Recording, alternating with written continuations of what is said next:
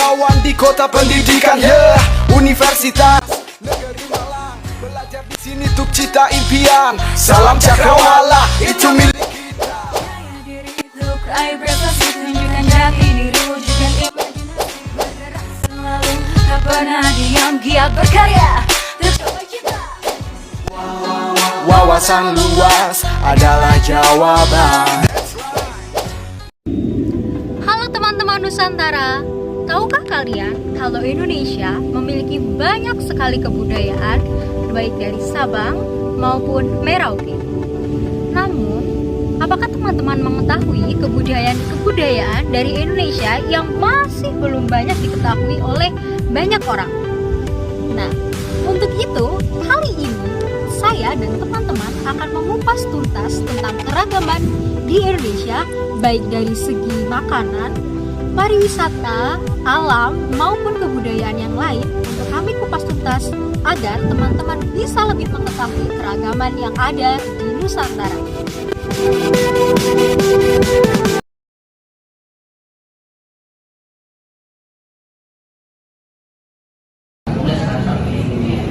Lihat ya Is, wah apa itu? Busana tradisional Melayu Jambi, bagus ya? Iya, bagus banget. Di daerahku juga ada loh yang tradisional kayak gini. Apa tuh Nat? Itu namanya tari sintan. Gimana ya tarian yang belum pernah lihat? Iya, misalnya apa sih? Tari sintan itu adalah Tari Sintren atau juga dikenal dengan Lais adalah kesenian tradisional masyarakat Jawa, khususnya di Cirebon. Kesenian ini terkenal di pesisir utara Jawa Barat dan Jawa Tengah. Kesenian Sintren berasal dari kisah Sulandono sebagai putra Ki Bahurekso yang merupakan Bupati Kendal pertama. Hasil perkawinannya dengan Dewi Rantamsari yang dijuluki dengan Dewi Lanjar. Raden Sulandono memandu kasih dengan Sulasih, seorang putri dari desa Kalisalak. Namun, hubungan asmara tersebut tidak mendapat restu dari Ki Bahurekso, sang ayah. Akhirnya, Sulandono pergi bertapa dan Sulasih memilih menjadi penari. Meskipun demikian, pertemuan di antara keduanya masih terus berlangsung melalui alam gaib. Pertemuan tersebut diatur oleh Dewi Rantamsari, sang ibu, yang memasukkan roh bidadari ke tubuh Sulasih. Pada saat itu pula, Sulandono yang sedang bertapa dipanggil oleh roh ibunya untuk menemui Sulasih.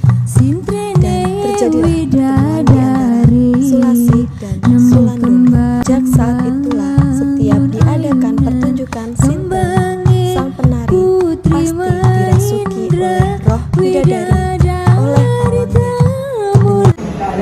Nah, kayak gitu loh tari sintan itu gimana? Bagus kan?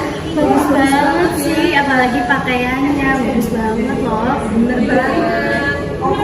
Oh ya, teman-teman aku mau kasih tahu juga. Jadi di Bali itu juga ada kebudayaan yang nggak kalah menarik. Pasti kalian belum pernah dengar tentang kebudayaan ini. Yang tradisional kayak gitu. Iya. Wah, apaan tuh? Jadi di Bali itu ada tradisional yang namanya itu Mepandes.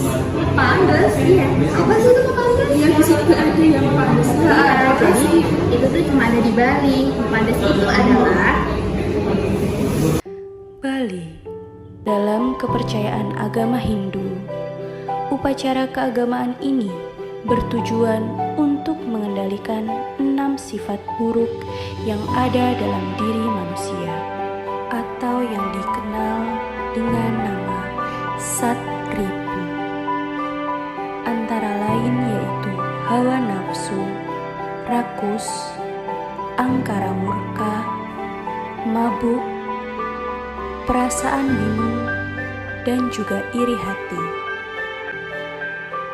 Pelaksanaan upacara potong gigi di Bali ini tidak semenakutkan namanya. Nah, jadi kayak gitu tradisi Mepandes di Bali itu. Kalau di tempat kalian ada nggak tradisi yang sama kayak gitu? Nggak ada sih. Tapi itu bisa ada banget. Nah, kalau tadi kan ada di daerahnya ada tarian sintren, terus Kapira ada tradisi pandes ya. Nah, kalau di daerah di Sulawesi itu ada makanan yang enak banget namanya Coto Makassar. Kalian pernah nggak makan Coto Makassar? Nggak pernah kayaknya, tapi aku pernah makan soto. Iya, makan soto ya itu mirip sih kayak di Makassar. Nah, kapan-kapan kita makan bareng ya. Boleh banget. Coto Makassar itu kayak gitu loh. Makassar merupakan ibu kota dari Sulawesi Selatan dan menjadi salah satu kota terbesar di Indonesia. Makassar terkenal juga sebagai pusat perdagangan, wisata, bahkan kulinernya. Salah satu kuliner tradisional yang paling terkenal di Makassar adalah Coto Makassar. Hidangan ini berisi perpaduan daging serta jeroan yang lezat dan dimasak menggunakan bumbu racikan khusus. Jeroan yang dimaksud adalah bagian dalam tubuh sapi yang terdiri dari usus, limpa, babat, lidah, otak, paru, hati, dan jantung. Jeroan bercampur daging sapi ini direbus menggunakan berbagai bumbu dan rempah, kemudian diiris-iris lalu disiram dengan kuah kaldu. Coto dihidangkan dalam mangkok dan bisa dinikmati dengan ketupat dari daun kelapa dan buras, yakni sejenis ketupat yang dibungkus daun pisang khas masyarakat Bugis. Kenikmatan Coto Makassar semakin bertambah otentik jika dimasak menggunakan kuali tanah yang disebut dengan korong buta. Coto Makassar sendiri diperkirakan telah ada semenjak masa Kerajaan Goa, tepatnya di Kabupaten Tekalar pada tahun 1538.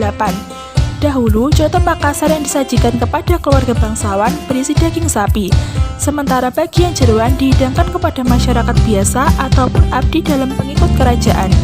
Pada masa itu juga, para pengawal kerajaan menjadikan masakan ini sebagai menu sarapan sebelum menjalankan tugasnya. Coto Makassar dipadukan dari 40 jenis rempah antara lain bawang merah, bawang putih, cabai, jahe, lada, lengkuas, pala, cengkeh, daun salam, daun kunyit, ketumbar, daun serai, dan lain sebagainya, sehingga menjadikan coto ini cerminan ciri khas kuliner dari Indonesia yang begitu kaya akan rempah. Halo, di sini kita lagi ngomongin kebudayaan yang ada di daerah kita. Oh, ngomongin daerah nih. Ada tempat wisata yang indah. Tempat wisata? Apaan tuh? Tempat wisatanya Ada banyak keindahan yang tidak bisa dituturkan, ada banyak daya tarik yang tidak akan pernah selesai diceritakan. Potensi yang terpendam di tanah yang terkenal dengan lembah Baliem ini memang begitu melimpah. Sungai-sungai yang mengalir dari pegunungan menjadi tanda terjaminnya kesuburan tanah di Papua. Lembah Baliem, lembah yang menyimpan keunikan tersendiri sebab terletak di ngarai pegunungan Jayawijaya. Sejarah lembah Baliem tentu berawal jauh sebelum pendaratan di Danau Habima. Lembah Baliem terletak di ketinggian 1.600 meter di atas permukaan laut. Batuan menyerupai karang dan pasir putih di perbukitan ini menjadi penguat cerita tersebut. Sedikitnya terdapat 12 titik pasir putih di bukit sekitar lembah Baliem. Nah, itulah teman-teman beberapa kebudayaan Indonesia yang masih banyak belum diketahui oleh khalayak umum. Lalu, setelah kita mengetahui itu, muncul nih pertanyaan, bagaimana sih sikap kita sebagai pemuda Indonesia untuk tetap bisa menjaga kelestarian baik budaya maupun alam Indonesia? Setidaknya aku punya beberapa tips untuk kita generasi muda dalam menjaga warisan Nusantara. Di antaranya, yang pertama, kita sebagai warga negara harus bisa mengetahui betul macam-macam kebudayaan yang ada di daerah kita.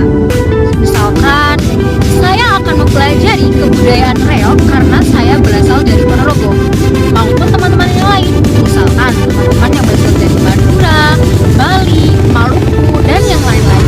Setelah kita bisa mengenal kebudayaan yang kedua, setelah kita bisa mengenali kebudayaan yang ada di daerah kita selayaknya memperkenalkan kebudayaan itu kepada orang lain.